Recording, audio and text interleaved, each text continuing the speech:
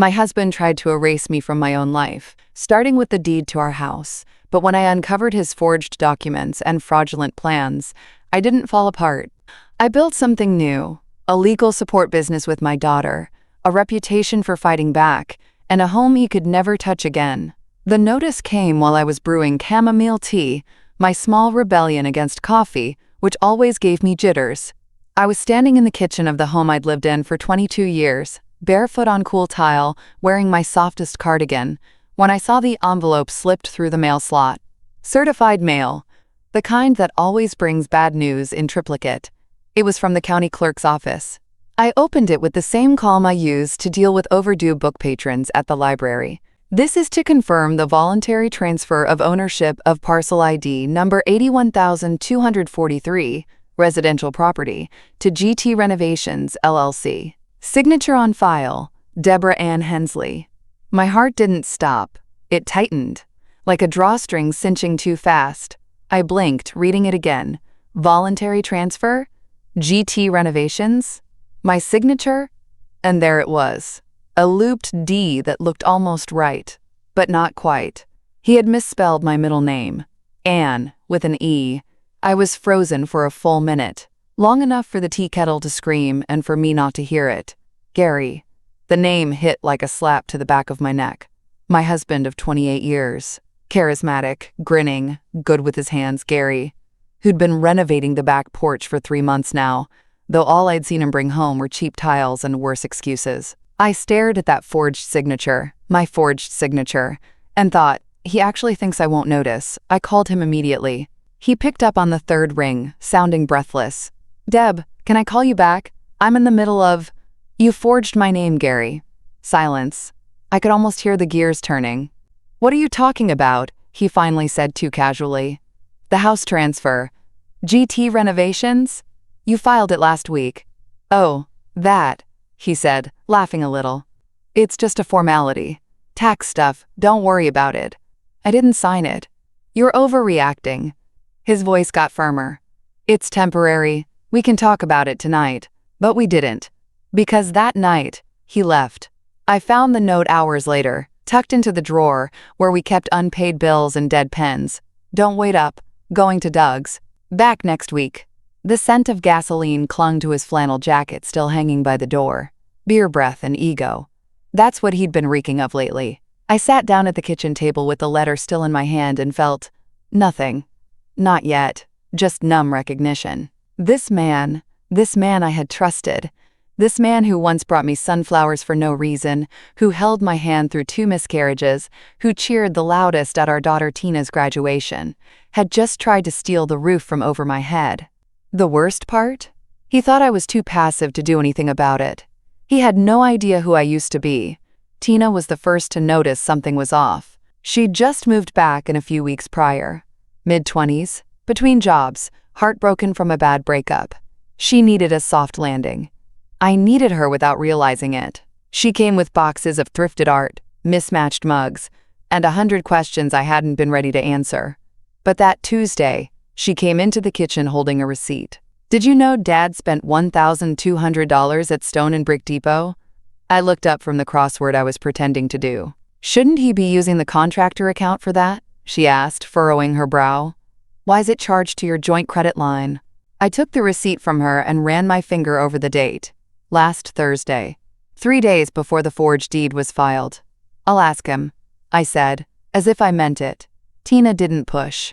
She was used to my diplomacy, but later that night I saw her slipping outside to take pictures of the backyard, of the cracked bags of mortar, the half-dug trench he'd claimed was French drainage, and the expensive tile still boxed up and untouched. It was a renovation project, all right. One Gary was charging to our household credit while planning to flip the house out from under me.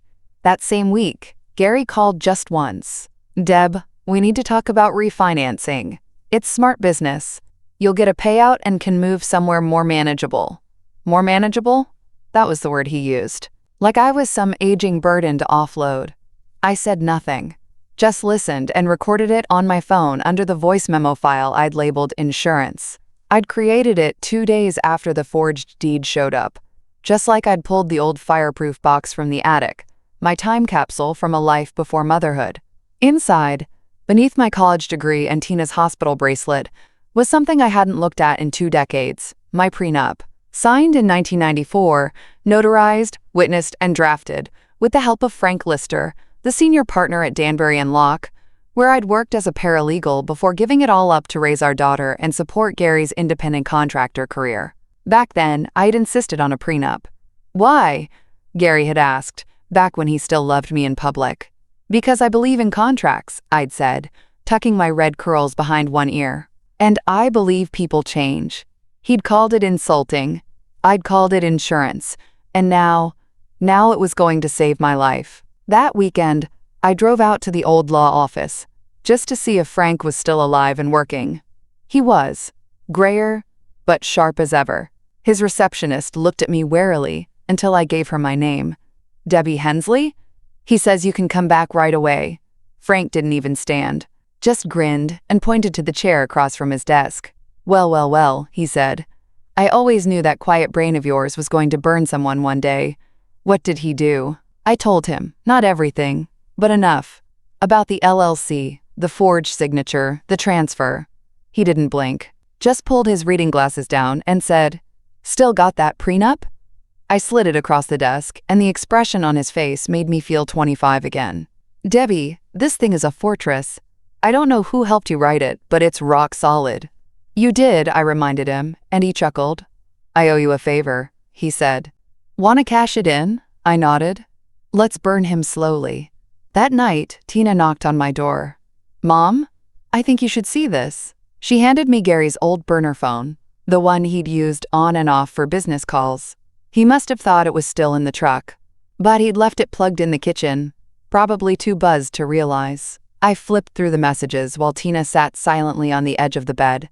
And there it was, text after text between Gary and a man named Leo, discussing flipping the dump, listing price, fake appraisals, and getting Debbie to sign quietly. There was even a photo. A picture of our house, my house, with a red circle drawn around the front porch. The caption, "Gonna rip this eyesore off, replace with fiberglass columns. Won't need her permission. Already filed the paperwork cool." I stared at that stupid sunglasses emoji until my hands started shaking. He thought I was done. Washed up. Weak. But I wasn't packing boxes. I was gathering evidence. And I was just getting started. A week later, an envelope was slid under my door. No return address. Just my name, printed in blocky, uneven letters, like a child trying to stay inside the lines. Inside was a notice to vacate. I sat down slowly at the kitchen table. The same one where Gary and I used to eat takeout on Friday nights while watching Jeopardy. He'd sent me an eviction notice. From my own house.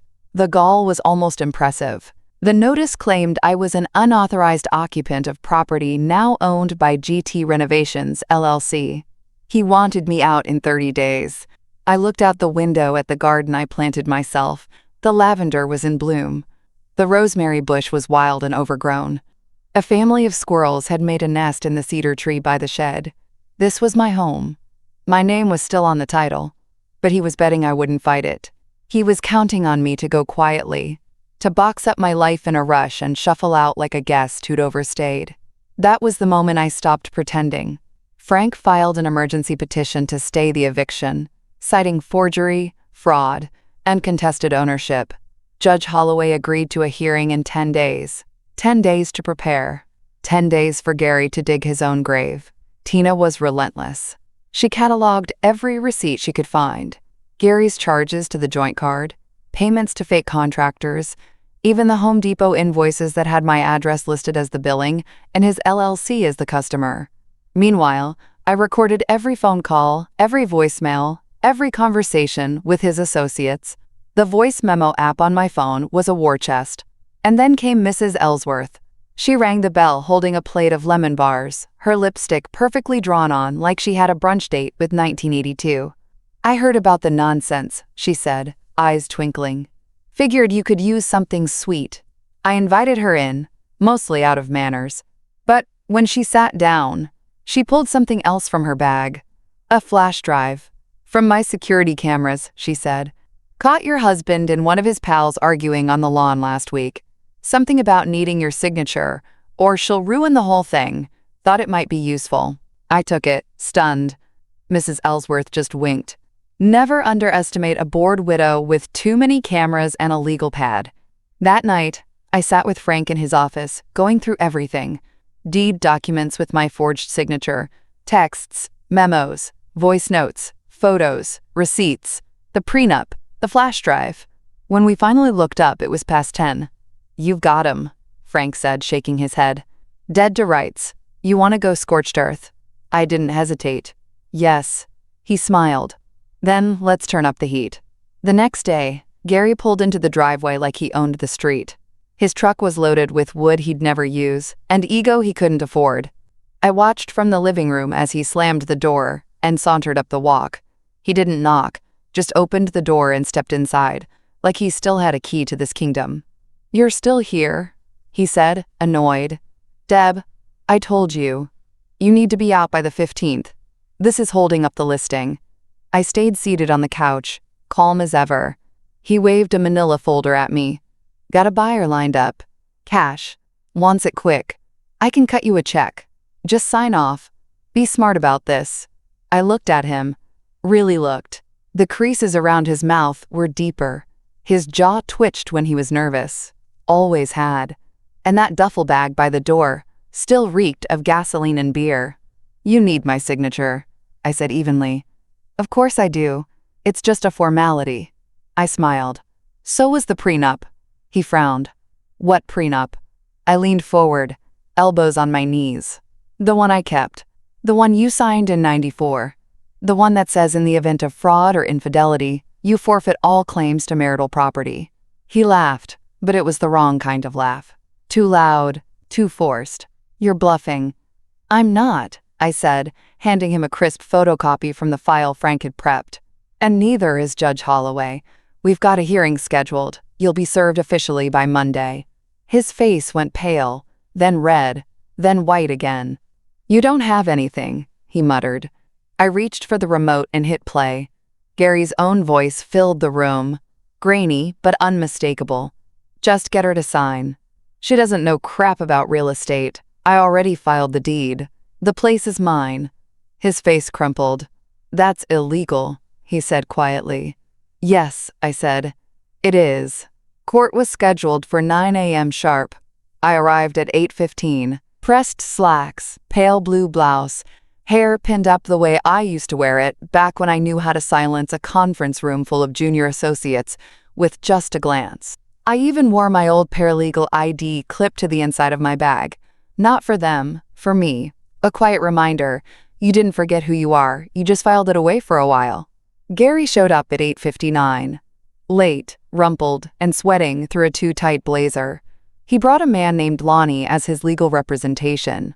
Lonnie had a briefcase, but judging by the flustered look on his face, I doubt it had anything in it except a granola bar and a prayer. Judge Holloway entered the courtroom like she owned oxygen. Black robe. No patience, every step purposeful. She didn't even glance at Gary as she sat down. "This is the matter of Hensley versus Hensley, alleged fraudulent property transfer and enforcement of premarital agreement."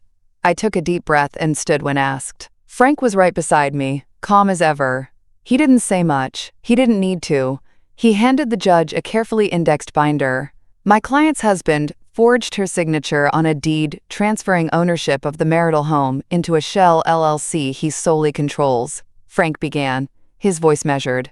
"We have the deed, the comparison signature, and notarization that does not match her ID.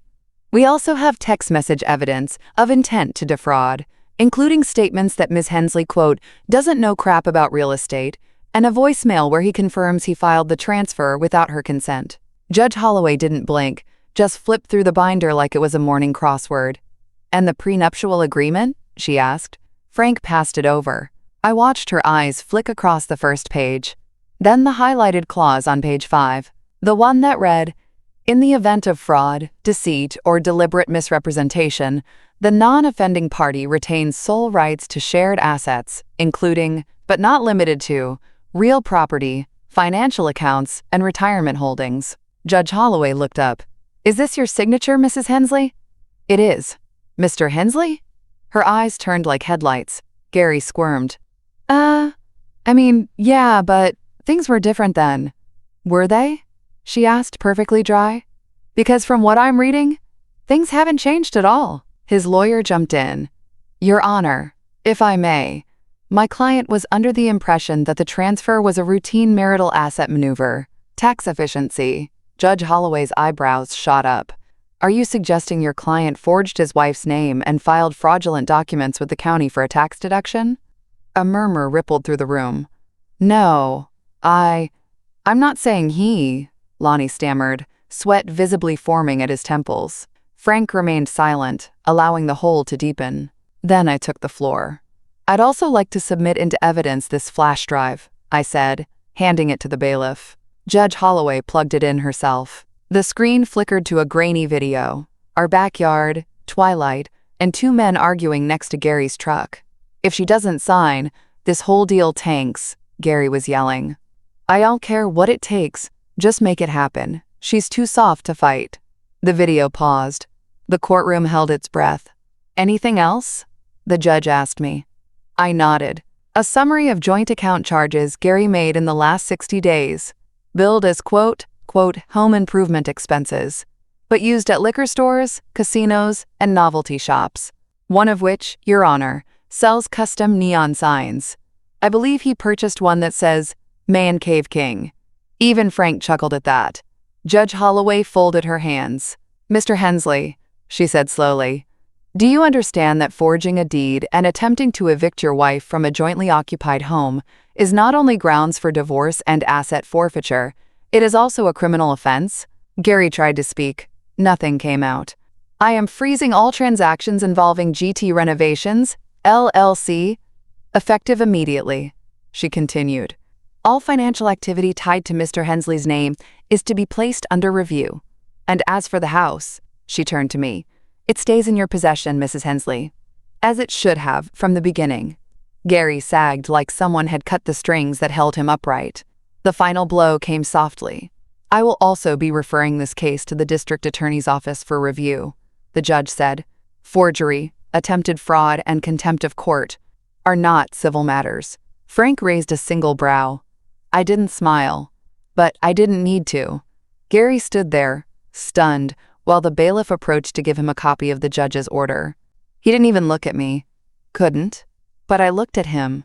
The man who once called me passive, weak, soft. And then I turned to leave, heels clicking against the tile, one hand resting lightly on the handle of my bag, the other already opening my phone. To call the locksmith. 3 weeks after court, the locks were changed. Not because I was scared of Gary, I wasn't, but because it was symbolic. It was mine again, the whole house, every window, every floorboard he never bothered to fix, every chipped tile he charged to our joint card under materials. Frank called the day the judgment came through. You won, Deb. Full ownership, plus damages, and a formal reprimand filed against his LLC, which, by the way, doesn't legally exist. He's been operating it under a fake registration for 2 years. County's investigating. I didn't cry. I just whispered, thank you. He cleared his throat. You did this yourself. I just helped you format it. Gary, on the other hand, was unraveling. His friends stopped calling, most of them contractors who'd learned he'd bounced checks or borrowed tools he never returned. One even showed up at my door. Hank, I think his name was. Quiet guy, always wore cargo shorts even in winter. I didn't know what he was doing, Miss Hensley, he told me. Hat clutched in both hands like it was a confession. He told us it was a flip, never mentioned your name.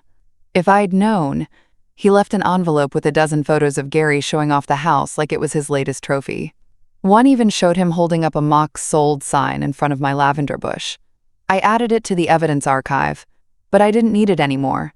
The damage was done, to him. The final check came in a week later. Restitution plus punitive damages. It wasn't a fortune, but it was enough. Enough to replace the porch columns properly. Enough to clear the rest of the mortgage. Enough to fund something I hadn't let myself dream about in decades. Tina came into the living room holding a catalog one morning. Mom, you sure you want to do this? We were sitting on the floor surrounded by paint samples and upholstery swatches. She had her laptop open to a small business registration site. I had a cup of mint tea in my hands, and the sunlight hit the room in that honey golden way it always did in late spring. "I'm sure," I said. "I'm opening a paralegal consultancy, and I want you running the admin." She blinked. "You serious?" "As a contract clause," I said, grinning. "One with zero wiggle room." We filed the papers the next morning. Hensley Legal Support. Small, local, but fierce. And mine. Frank sent me a gift the following week. No note. Just a mug. It was white, with simple black lettering. Read the fine print. I laughed so hard, I almost dropped it. About a month after that, there was a knock at the door. A young man in a blazer stood on my porch with a clipboard. Real estate agent. Polished. Nervous. "Hi, ma'am," he said. "I have a listing agreement for this address. From a Mr. Gary Hensley." I raised one eyebrow. "Did he now?" He glanced at the paper again. "Yes. Says you're moving out?"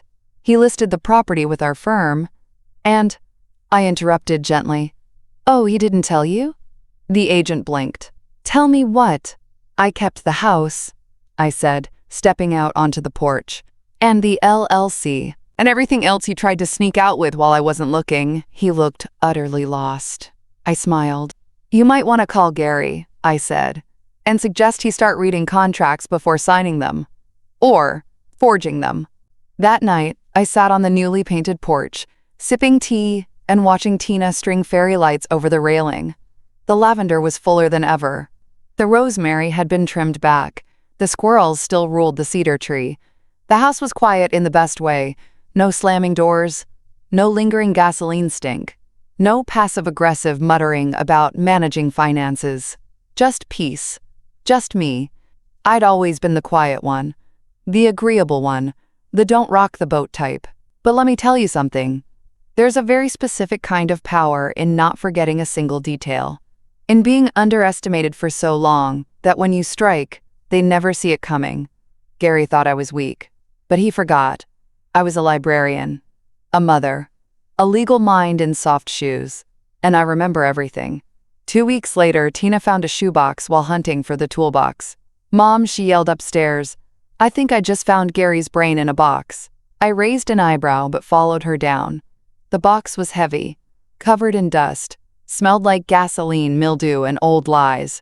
We pried it open on the kitchen floor. Inside, a tangle of receipts, yellowed business cards, keys with no labels, and burner phones.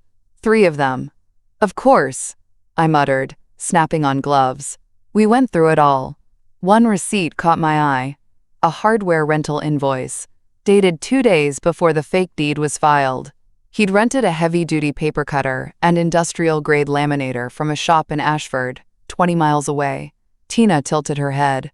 What would he need those for? That was the moment my stomach dropped. I grabbed my own copy of the forged deed, the one I'd submitted in court, held it under the light, ran my fingers over the signature box. There it was, barely visible, a faint ridge in the paper, like it had been cut, layered, and laminated, then scanned back in. "He didn't just forge my name," I said slowly. "He pieced together an entire fake document, cut my signature from an old will, glued it over a blank deed, then laminated the whole thing to cover the seam." Tina's eyes widened. "That's beyond fraud. That's premeditated." "Exactly," I whispered. "And now we can prove it." The next morning I called Frank. He brought in a forensic document specialist. We submitted the shoebox, the receipts, and the laminated document as supplemental evidence to Judge Holloway's clerk. Within 2 days, I got a notice in the mail. Motion to reopen review for potential criminal referral, forgery with intent to defraud, obstruction, and use of false legal documents. Gary was about to be back in front of the same judge who'd already iced him once. Only this time, there were no negotiations left. I didn't tell Tina right away. Not until the confirmation came. Frank called, voice grave and satisfied. "Debbie, the DA's opening a formal investigation. The sheriff's office wants to interview you." I felt a strange stillness bloom inside me. Not fear, not even victory. Just this calm clarity that comes when the last puzzle piece clicks into place. I hung up the phone, walked out to the porch, and watched the wind stir the lavender. From inside the house, Tina's voice floated out. "Hey, you want me to order lunch?" "Sure," I called back, "something spicy." Because suddenly, I had a craving. 2 weeks later, Gary's name hit the town paper. Not on the classifieds, not in the contractor listings, but in the police blotter. Local man under investigation for document forgery in real estate scam. Small town. Big headline. The article was dry, factual, restrained, but it didn't have to be dramatic. The damage was done. People filled in the blanks all on their own. The phone at Hensley Legal Support started ringing. "I saw your name in that article," one woman said. "Did he really try to steal your house?" "Yep," I replied, sipping tea. "Filed fake paperwork and everything." "You're my hero," she whispered, and hung up. Gary didn't take it well. He showed up at the edge of the property line one evening just past dusk. I saw him from the porch, standing like a lost child outside a fence he didn't know how to climb. He didn't cross the line. Couldn't. Court order. "Deb," he called out, voice strained. "Can we talk?" I stood. Slowly. Didn't walk toward him. "I'm not here to fight," he said quickly. I didn't think it would go this far." "You forged my name," I said evenly. "You listed my house for sale while I was still living in it. I didn't think you'd fight me." There it was. Raw. Honest. Pathetic. "You counted on that," I replied. He ran a hand through his graying hair, now looking thinner than I remembered. "I messed up." "Gary, you didn't mess up. You built a whole lie. You constructed it. Hammered it together like one of your failed porch projects. You thought if you made it fast enough, no one would notice the cracks." He looked down. "My buddies won't talk to me," he mumbled. "Even Leo told me I'm radioactive." "Good," I said. "Maybe that means they have standards." Then I turned and walked back inside. Didn't slam the door.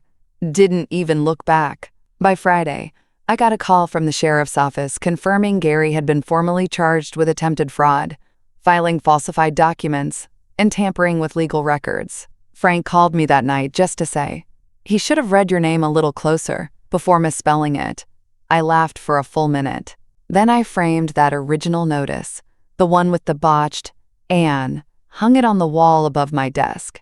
A little reminder. Underestimating me was Gary's first mistake. Misspelling me? His last. Around town, people started talking. At the farmer's market, a retired teacher squeezed my hand and said, "You showed us all something, Debbie." At the bank, a teller whispered, "We've had clients ask for document review. Can we refer them to you?" Even the librarian at the branch across town stopped me at the copy machine. "You were always the quiet one." "Who knew?" I smiled. I knew. At home, Tina was printing out new business cards. Thinking of adding a little slogan to the bottom, she said, "Debbie Hensley, the fine print fights back." I raised an eyebrow. A little dramatic. Or totally accurate. We settled on something simple instead. Hensley Legal Support, protecting what's yours. Because now I knew, what was mine wasn't just the house or the business or the garden. It was my voice. And I wasn't afraid to use it anymore. The letter came in a plain white envelope, no return address, postmarked from Reno. Inside, a single-page contract, typed, sloppy formatting, no letterhead, but unmistakably Gary's. At the top, in bold, exclusive rights agreement, Hensley Legal Support, name and brand. He was trying to claim ownership of my business name. He filed a fake LLC for Hensley Legal Services in Nevada, hoping to extort me if I ever tried to expand outside the state. He even wrote in a clause that I could avoid litigation by paying him a licensing fee. I actually laughed. I read the whole page 3 times, just to appreciate the full delusion. Then I scanned it, filed it, and picked up the phone. "Frank," I said, "you're not going to believe what just landed in my mailbox." 20 minutes later, he had the whole thing prepped for the local DA. But that wasn't enough for me. No, this time, I wanted Gary to feel it. I waited until the following Thursday. That's when I knew he'd be picking up trash on Highway 9, part of the court-mandated community service tied to his fraud charges. Tina and I drove past slowly. She had the camera ready. Not to mock him, but to document him. Because men like Gary rewrite their own narratives the second no one's watching. I rolled down the window as we passed. He didn't see me at first. Then he turned. Recognition hit his face like a slap. I held up the letter. "Next time," I called, "at least have a lawyer read it before you try and sell something that isn't yours." The car rolled past before he could respond. Tina lowered the camera. "You want me to delete that?" "No," I said. "I want a copy framed." We filed a cease and desist, attached the fraudulent contract, and notified both Nevada and our state's business license board. By Monday, Gary's fake LLC was revoked. I didn't hear from him again after that, not even a text. It was over, really, finally over. Back at the house, I planted new wildflowers near the mailbox: lavender, coneflower, and sage. Fresh beginnings, strong roots. Tina was standing on the porch when I finished. "You think you'll try again?" she asked. "No," I said, dusting off my gloves. "Gary's dangerous when underestimated. But now that people see him clearly, he's just loud." She nodded, then handed me a box. A gift. Inside, a plaque made of reclaimed oak. Engraved, Debbie Hensley. Owner. Survivor. Enforcer of fine print. I smiled, eyes misty. "Put it by the front door," I said. "Let's make it official." There's a strange quiet that comes after battle. Not peace, exactly. More like a pause. Like the world inhales and holds its breath, waiting to see if you're really done swinging. I was. The sheriff's office closed the investigation. Gary pled down to avoid jail, but the community service stayed. So did the restitution. And the permanent mark on his record. He'd never own a business in this state again. I didn't go to the sentencing hearing. Frank offered. Tina did too. But I declined. "I already had my moment," I said. "I don't need to watch him unravel in real time. I've got better things to do. Like, help a teacher recover alimony she never received. Or show a retired nurse how to file her own quitclaim deed without getting fleeced. Or host a quiet dinner with the people who never ask me to shrink myself." Mrs. Ellsworth came over one evening with a peach cobbler and a USB drive. "Photos of the fence job he never finished," she said, "just in case you want to report him for code violations." "Thank you," I said, accepting both with equal grace. "But I think we're past needing ammo." Still, I archived the photos. Because old habits die hard. Tina's work at the consultancy blossomed. She set up a digital filing system, branded our forms, and even created a Know Your Rights seminar series for women going through sudden separations or housing disputes. She told me, "You turned one betrayal into a blueprint for protection." I told her, "You turned my mess into a movement." The pride in her eyes that day, worth more than anything Gary ever thought he could steal. I got one final surprise about a month later. A letter. Handwritten. No envelope. It was slipped under the front door while I was out back trimming the rosemary. I recognized the handwriting instantly. Gary's. Slanted, stubborn strokes. Inside, just 4 lines. "Debbie, I never thought you'd fight back. I never realized how much you remembered. I never stood a chance. Gee." I folded it in half and set it in the fire pit out back. Watched the paper curl, blacken, and disappear. No flames of revenge. No dramatic finale. Just closure. Clean and absolute. That night, I poured myself a cup of chamomile tea and sat on the porch, the air cool with the first touch of fall. The lights glowed softly through the window where Tina was typing up next week's caseload. Inside, our dog snored at the foot of my desk. My name was still on the deed, still on the business, still mine. And I realized something. This whole time, Gary thought he'd been playing a game of conquest. But I'd been keeping records. Watching, remembering, preparing. And in the end, that was what saved me.